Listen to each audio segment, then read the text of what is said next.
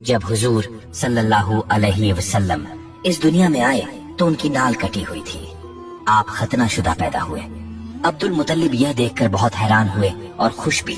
वो कहा करते थे, मेरा बेटा निराली शान का होगा।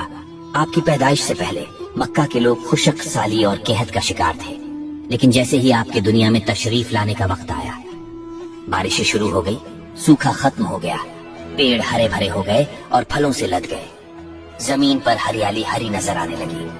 पैदाइश के वक्त आप अपने हाथों पर झुके हुए थे, सिर आसमान की तरफ था। एक रिवायत के अल्फाज ये है कि घुटनों के बल झुके हुए थे, मतलब यह कि सजदे की सी हालत में थे। आपकी मुट्ठी बंद थी और आपकी शहादत की उंगली उठी हुई थी, जैसे हम नमाज में उठाते हैं।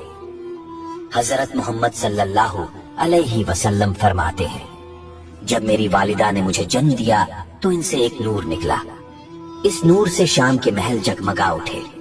आप सल्लल्लाहु अलैहि वसल्लम की वालिदा सईदा आमिना फरमाती है, मोहम्मद सल्लल्लाहु अलैहि वसल्लम की पैदाइश के वक्त जाहिर होने वाले नूर की रोशनी में मुझे बसरी में चलने वाले ऊंटों की गर्दनें तक नजर आई। आपकी विलादत किस दिन हुई? इस बात पर सबका इत्तेफाक है कि वो पीर का दिन था।